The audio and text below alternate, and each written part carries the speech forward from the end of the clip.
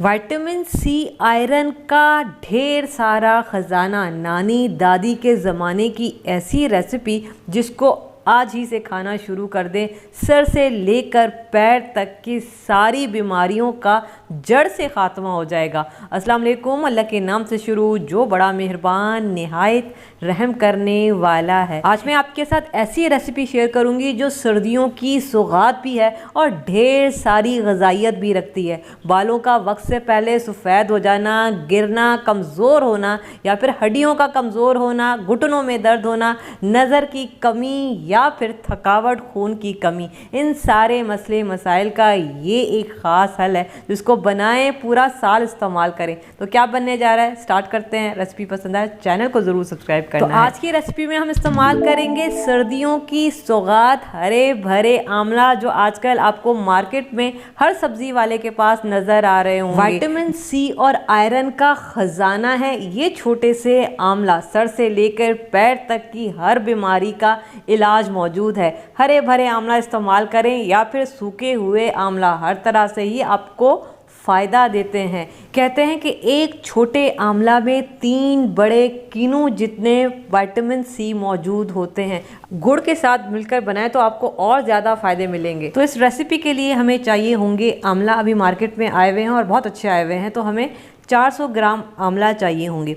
लेकिन आंवला लेते हुए थोड़ा सा आपने ख्याल रखना है कि आपने सड़े हुए आंवला नहीं लेने। अगर इस तरह से छोटे छोटे से इस तरह के इस पर मार्क्स हैं तो ठीक है, लेकिन ये नरम नहीं होना चाहिए, गला हुआ नहीं होना चाहिए। ये देख रहे हैं इस पर छोटे छोटे से मार्क्स हैं, लेकिन ये सख्त है और ये गला हुआ नहीं है, तो इसका मतलब है कि इस तरह के आंवला बिल्कुल ठीक है। लेकिन अगर आपको आंवला इस तरह से गले सड़े हुए मिलते हैं, नरम मिलते हैं, तो आपने उस तरह के आंवला बिल्कुल भी नहीं लेने हैं। ठीक है, अब हमने क्या करना है, एक अदद पैन लेना है और पैन में खुला पानी डालेंगे। इसको थोड़ा सा गर्म होने देंगे। पानी जब गर्म हो जाएगा तो इसके ऊपर चाहे तो कोई सी भी जाली या फिर मेरे पास इस तरह से सुराखों वाला ढक्कन है तो मैं ये रखूँगी। अगर आपके पास स्टीमर है तो बहुत अच्छी बात है, आप स्टीमर भी ले सकते हैं, लेकिन मेरे पास स्टीमर नहीं है तो मैं इसी तरीके से काम चलाऊँगी, क्योंकि हमने आंवला को स्टीम करना है। तो हम ये जितने भी मेरे पास आंवला है इसके ऊपर रखेंगे। आप चाहें तो बॉयल भी कर सकते हैं। अगर आपके पास छन्नी भी नहीं है, सुराखों वाला ढक्कन भी नहीं है, तो आप इसको बॉयल कर सकते हैं। अभी मैं क्या करूँगी, ढक्कन से इसको कवर कर देंगे, हल्की आंच पे इसको पकने देंगे। 3 से 4 मिनट में ये स्टीम में बेहतरीन से गल जाएंगे। तो यहाँ पे देखें, इसको 4 मिनट हो चुके हैं।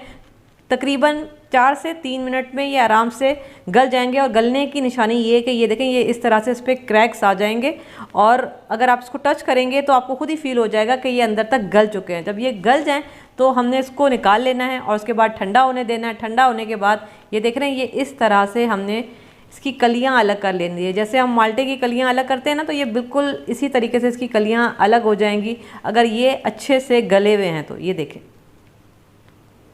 ठीक है, अगर ये गले हुए होंगे तो आराम से जो है इसकी कलियां अलग हो जाएंगी।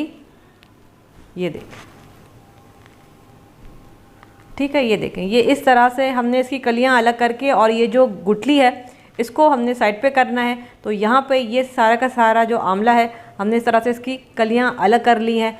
अब हमने इसको किस तरीके से पकाना है ये मेन चीज़ है। तो यहाँ पे हमें पैन चाहिए होगा और इसमें हम ऑयल डालेंगे 1 टेबल स्पून, ज़्यादा नहीं। आप चाहें तो देसी घी का भी इस्तेमाल कर सकते हैं। इसके अलावा 1/2 टेबल स्पून हम इसमें डालेंगे कलौंजी और 1/2 टेबल स्पून सौंफ। इस रेसिपी में वो सारी चीज़ जाएंगी जो आपको सर्दी से बचाएंगी। जैसे हमने सौंफ डाला है, सौंफ भी आपको सर्दी से बचाएगी। नज़ला, ज़ुकाम, खांसी और हाजमा दुरुस्त करने के लिए बहुत बेहतरीन है।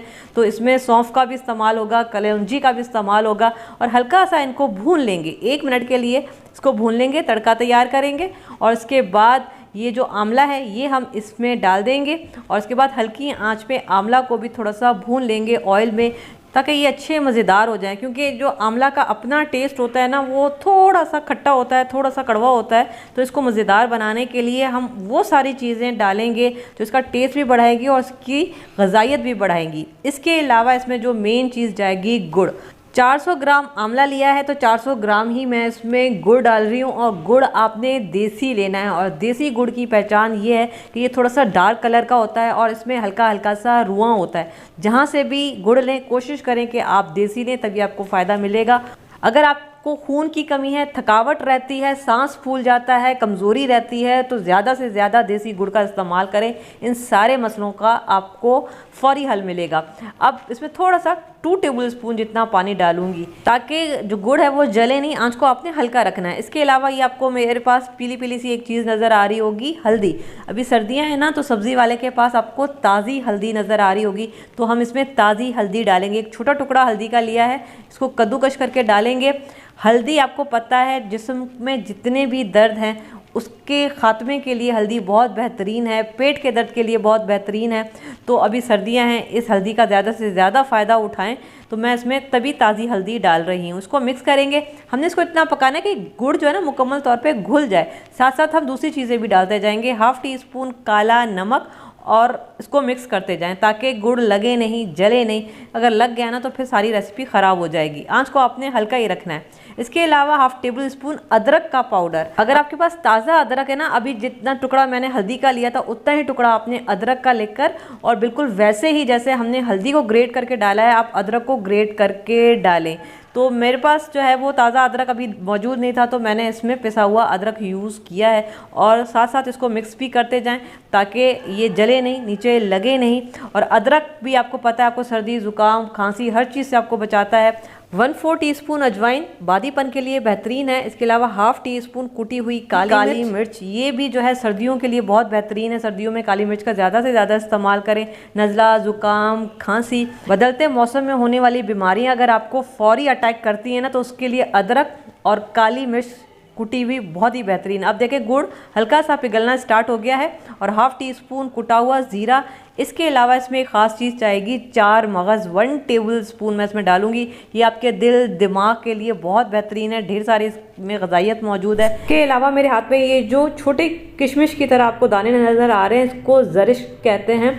ये मैं 1 टेबल स्पून डालूंगी। ये नज़र की कमज़ोरी के लिए, खून की कमी के लिए, जिगर और मैदे के जितने भी मसले मसाइल हैं उनके लिए बहुत बेहतरीन है। इसके अलावा अगर आपको थकावट रहती है ना, सुस्ती रहती है, उसके लिए बहुत ही बेहतरीन है। दिमाग को तेज़ करने के लिए बेहतरीन है। तो ये दाने मैं इसमें लाजमी डालूंगी। अगर ना हो तो आप इसकी जगह किशमिश डाल सकते हैं।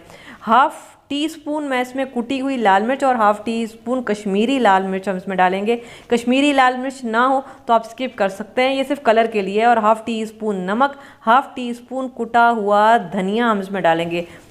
अब देखें ये सारी चीज़ें डालते डालते ना गुड़ मुकम्मल तौर पे घुल चुका है और ये शीरा बन चुका है। हमने इसको बहुत ज़्यादा नहीं पकाना कि ये शीरा गाढ़ा हो जाए, क्योंकि जब हम इसको स्टोर करेंगे तो ये शीरा गाढ़ा हो जाएगा तो ये फिर जम जाएगा। ये देखें ये इस तरह का शीरा होना चाहिए।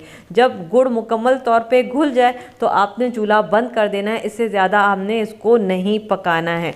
तो बस इसका चूल्हा बंद कर देंगे। ये मज़ेदार सी चटनी हमारी तैयार हो चुकी है। इसको आप चटनी कह सकते हैं, इसको आप खट्टी मीठी चटनी कह सकते हैं, इसको आप मुरब्बा कह सकते हैं, लेकिन ये जो भी है ना ये ग़ज़ाइयत से भरपूर है। ये आपको सर्दी से बचाएगी। अभी कुछ ही दिनों में ठीक ठाक ठंड पड़ने वाली है, उसके लिए ये बहुत ही बेहतरीन चीज़ है।